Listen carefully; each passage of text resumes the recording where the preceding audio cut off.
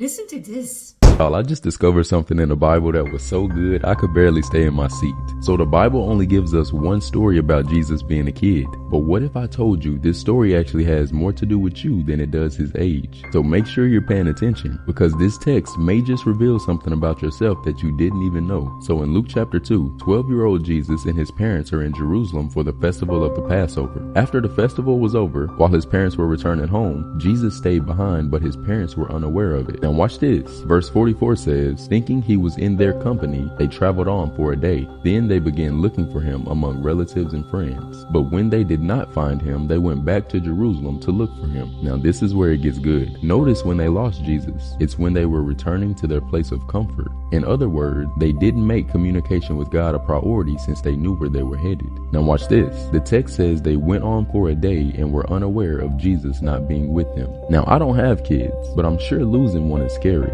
So how did they manage to lose Jesus? The same way you do, when you stop making proximity a priority and you desire destination over devotion. Upon returning to the temple courts, they finally found Jesus, and his mother said to him, "Son, why have you treated us like this? Your father and I have been anxiously searching for you." Now watch his response. Jesus said, "Why were you searching for me? Didn't you know I had to be in my Father's house?" Now remember, anytime God asks a question, it's not so he can figure something out about you, it's so you can figure something out about yourself. So why would Jesus say that? Because you have to remember, Jesus is 12 years old, and these are his parents. So in essence, they are closer to him than anyone else. So Jesus asked this question to influence a moment of reflection, but not just to his parents, to me and you as well. What he's saying is, you claim you know me so well, but you being anxious about this situation is an indication that you don't know me as well as you say you do. Because if you did, you would know that there's nothing to worry about. So I'm gonna tell you this, I'm through. Maybe it's been hard for you to hear from God because he's in the last place you left him after the decision you made without him. And you can go from person to person, but you will never receive the peace you're looking for